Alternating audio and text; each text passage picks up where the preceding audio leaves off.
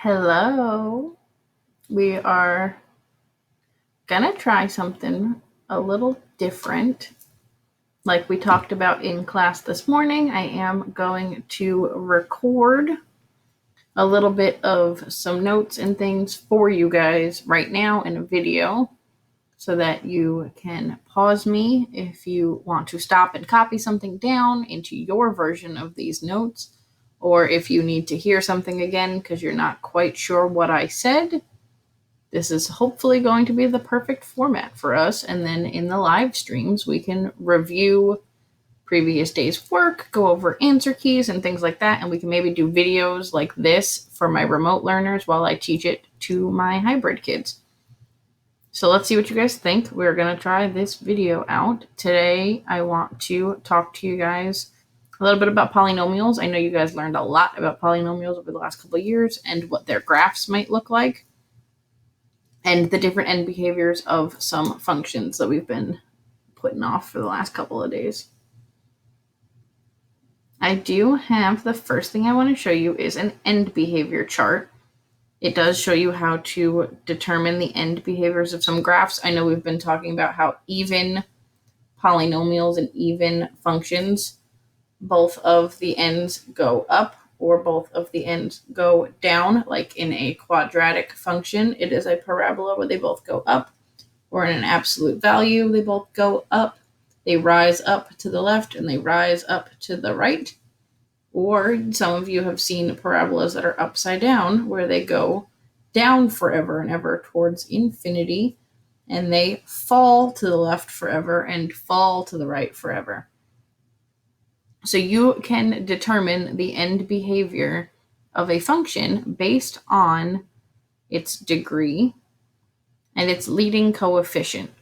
So really quickly, I know you can see they're kind of small in here, what the different functions are, what these different equations are. I'm going to really quick just throw something down here. Y equals 2x to the third plus 4x minus 2. It is not a beautiful function. It will graph crazy.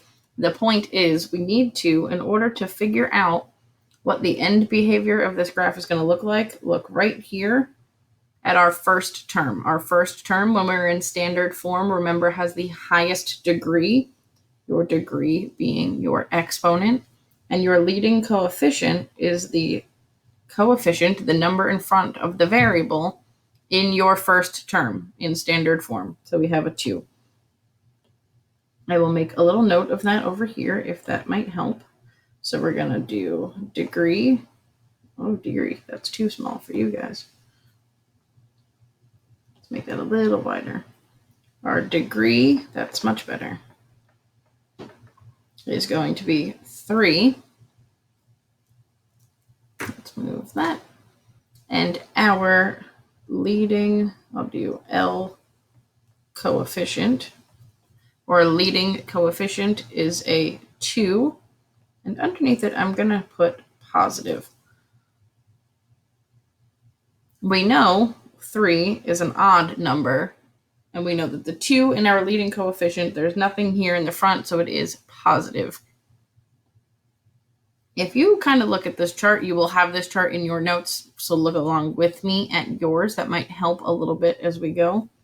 We are looking at something with a degree that is odd. 3 is an odd number, and a coefficient that is positive. So just like your multiplication tables, you're going to follow those two pieces until they meet, and that leads you here to this box, which you can look at what we've done with the parent functions, and you'll see that it falls to the left. They go down on the left, and they rise to the right. This function that we drew down here, that we have our name for, is a cubic function based on that 3. So it would look something like this. It would be cubic. It falls to the left. It's pointing down, falling to the left, and it's rising to the right. It's going up. On your parent function chart, we might have drawn something like this. A little down arrow and an up arrow. It's falling to the left and rising to the right. that can be written like this. I'm going to make it nice and big for you again. You'll see it. When you are dealing with your end behaviors, you're going to write them this way. The arrows will help you for now to get used to it, that fall down, rise up, where you might do those little arrows, but this is going to be how you technically write it.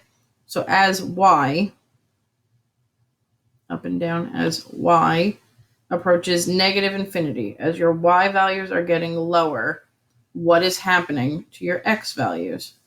Well, it's going down, down, down, but it's also going out. So it's falling and it's getting more negative. So it's going towards negative infinity. It's falling and getting more negative. Falls towards negative infinity. As they're increasing and they're going up, what is happening to your x values? It is also going up. As x is getting higher, as we work our way along the x-axis, your y values are increasing. They are rising up, which is your second half of those little arrows. It falls to the left, rises to the right. Falls to the left. As x approaches negative infinity, y is also approaching negative infinity, getting lower and lower. And as x approaches positive infinity, y is getting higher and higher, going towards positive infinity as well. Just like this example down here. You can do that same thing with any of them. I will give you, just for fun, your most common example that you guys see. The most commonly written equation you guys work with probably is this one, y equals x squared. That's function.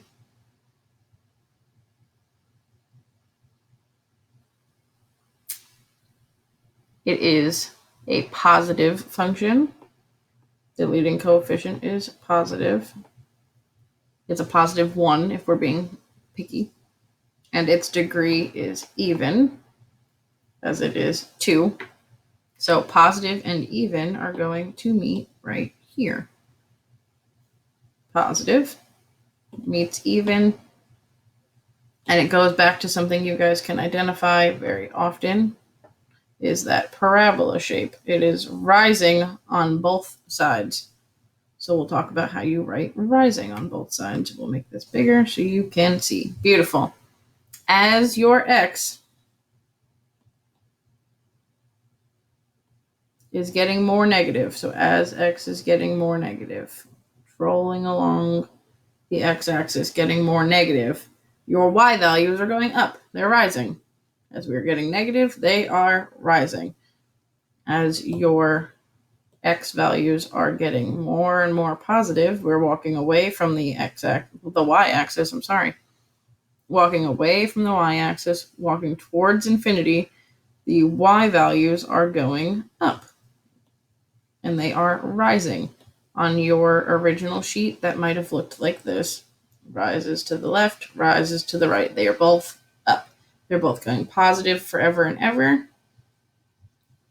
That is what you are represented by here. We're going to make a small, nice and tidy little version of this in your notes. If you want a summary, what I'm going to do for you guys, I'm going to do it for the parent functions today so that you can have it. And I'm going to do it for this. We're going to do what we're going to call a 5-minute recap, where it'll go over all of the bits and pieces in under 5 minutes. We'll do that with this so that we can set up a foolproof chart. This is your foolproof chart for right now, although obviously it has lots of examples and messy things on it. So we're going to make a broken down version of this foolproof end behavior chart. Oops. The other thing that I want to talk to you guys about really quickly are polynomials, which you've worked with, and their graphs. They have names. You are well aware of their names at this point in your career, but we will kind of go through it one last time, just in case you forget. So if you have a degree of 1, your x has an exponent of 1 that is going to be linear. An example of that would be y equals x. If it has a degree of 2, those have a name. Those are quadratic. Those are your parabolas, which might look like this. Y equals 2x squared. Cubic is to the third degree, the third power.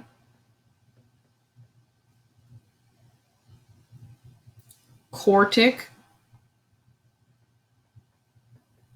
is to the fourth degree. Quart, like quarter, to the fourth degree. Let's do 4x to the fourth. And quintic, like quint means 5. Quintic is to the fifth degree. We just talked about degrees and leading coefficients, so I have 2 last-minute examples down here for you.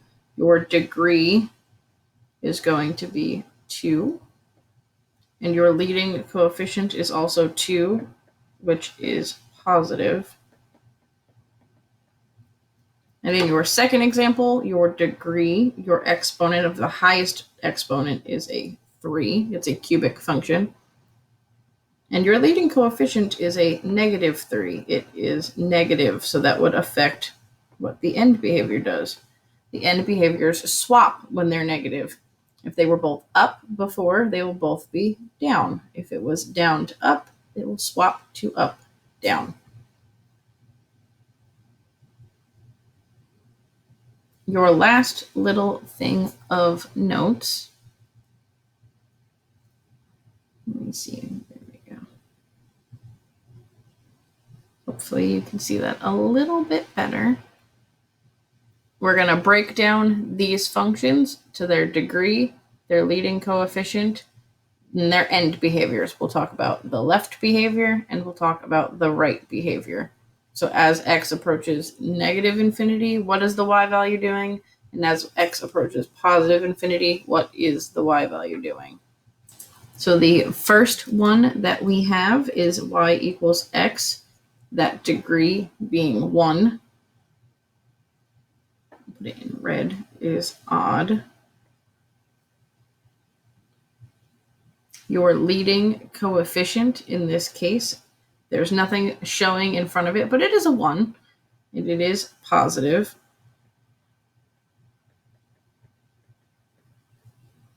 And what is your end behavior doing? Well, it's odd. So an odd positive starts down. It falls left.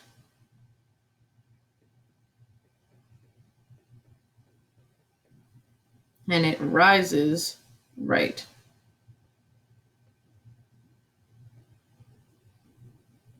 In our infinity symbols, we would say y goes to negative infinity and y goes to positive infinity.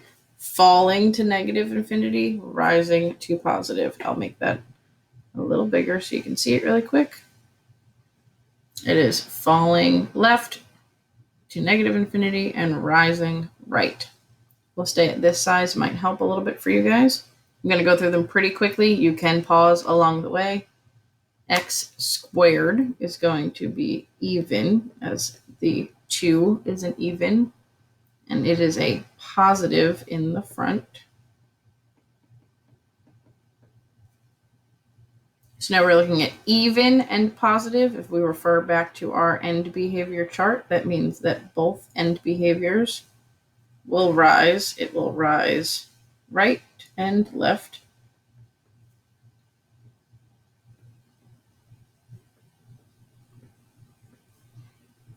And if we're writing that in the notation with the infinities, we're going to say y approaches positive infinity, we're rising. And when x approaches positive infinity, so does y. Y is rising on both sides. We're looking odd at x to the third power. X cubic is positive. Odd and positive are going to give us that same combination from earlier, falling and then rising. I'm going to leave just the arrows for now. You can refer back to that top one. And we can say that we'll refer to the second one here as x to the fourth power. 4 is an even degree, but it does have a positive 2 in front, which would rise on both end behaviors. So it'll rise to the left and rise to the right. At the end, I will fill this all in for you. I'll take a pause, fill it in, so you can come back to that like movie magic of it all being filled in. Same thing with your odd. Positive here for 3x to the fifth. That is a quintic. So it will fall left.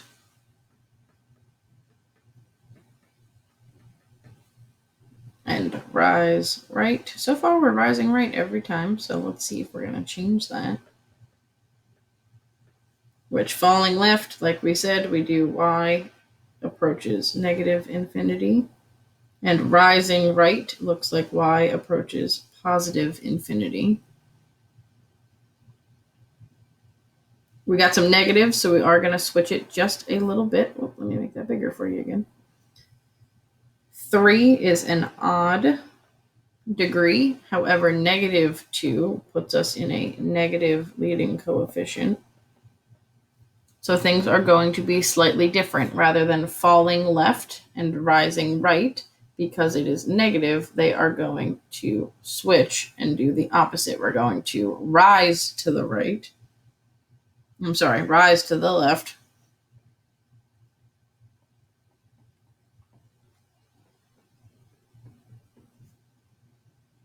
And fall. There we go. Fall to the right. So as x approaches negative infinity, we are rising. So y rising up to positive infinity. And as x approaches positive infinity, we are sinking. We are falling down towards negative infinity. You've got 3 more. I'm going to pop these in really quick for you. You're doing an even 2 negative this time. So instead of both rising as evens go the same direction, we will both be falling.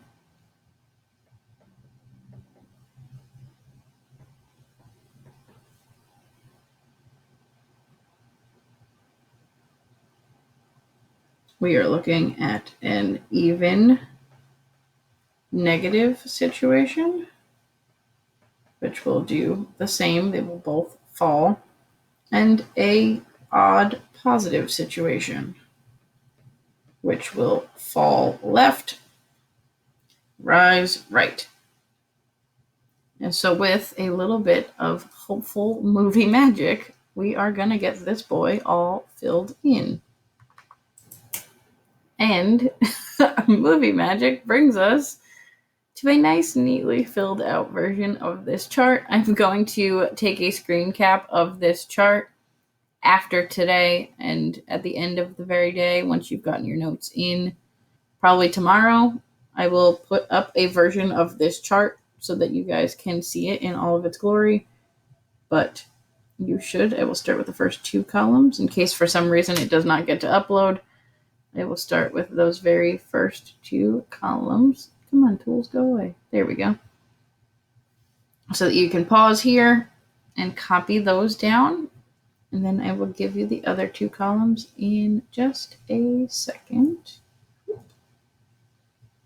Much neater, hopefully, for you guys. Easier to understand. You can rewatch this a couple of times if you need to. But that is the long and the short of it. I wish you good luck with this. And if you have questions, I will be waiting for you in the meet.